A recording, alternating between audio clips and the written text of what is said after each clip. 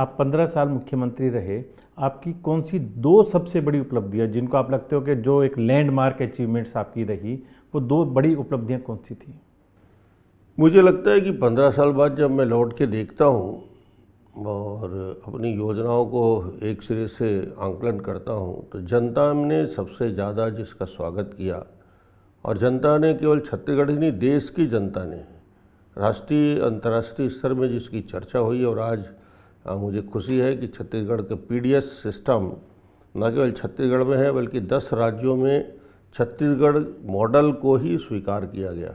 और छत्तीसगढ़ मॉडल ने ट्रांसपेरेंसी के साथ 70 लाख परिवारों को न केवल चावल की योजना हमने दिया 1 रुपये किलो, नमक उनको निःशुल्क दिया, ट्रैवल एरिया में चना की योजना दी, और ऐसा किया कि 70 लाख परिवार में से एक व्यक्ति भी नहीं बोल सकता इस 15 साल की यात्रा में कि उसे राइस नहीं मिला, उसको नमक नहीं मिला, उसको चना नहीं मिला, सही कीमत में नहीं मिला, सही टाइम में नहीं मिला। इसकी मॉनिटरिंग भी जिस तरीके से हमने किया, तो ये देश के लिए एक मॉडल बना और इसकी चर्चा देश के बाहर भी हुई। तो पहला सबसे महत्वपूर्ण योजना मैं मानता हूँ कि जिसमें हमको बड़ी सफलता भी मिली और आज छत्तीसगढ़ की जनता उसको याद भी करती है।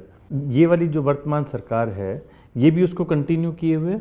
इस सरकार के आने के बाद इनका आर्थिक कुप्रबंधन का नतीजा ये हुआ कि ट्रैवल एरिया में जो एक महत्वपूर्ण योजना इसका हिस्सा था, न केवल इसको मैं खाद्यान्न सुरक्षा कहता हूँ, पोषण सुरक्षा कहता हूँ, न्यूट्रिशन भी हमने उनको दिया था।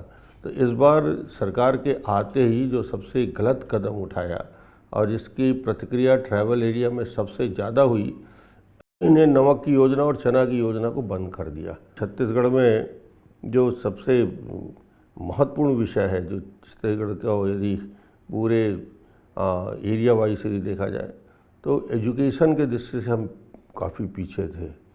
और उस एजुकेशन हब के रूप में बस्तर को हमने डेवलप किया। छत्तीसगढ़ में आईआईटी, आईएएम आया, छत्तीसगढ़ एनआईटी आया, नेशनल लॉ यूनिवर्सिटी आया, एम्स जैसे इंस्टीट्यूट आए।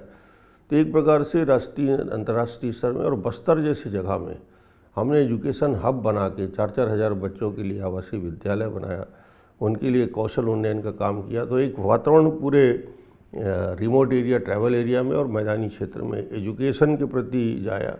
ट्रैवल बच्चे आज आईआईटी में सेलेक्ट हो रहे हैं, आईएम में सेलेक्ट हो रहे हैं, एनआईटी में सेलेक्ट हो रहे हैं, डॉक्टर बन रहे हैं वहाँ के बच्चे। तो उनके लिए प्रयास के माध्यम से एक संस्था हमने बनाया जो ऐसे एरिया के बच्चों को, गरीब बच्चों को निःशुल्क कोचिंग भी देती है, पढ़ाती भी है।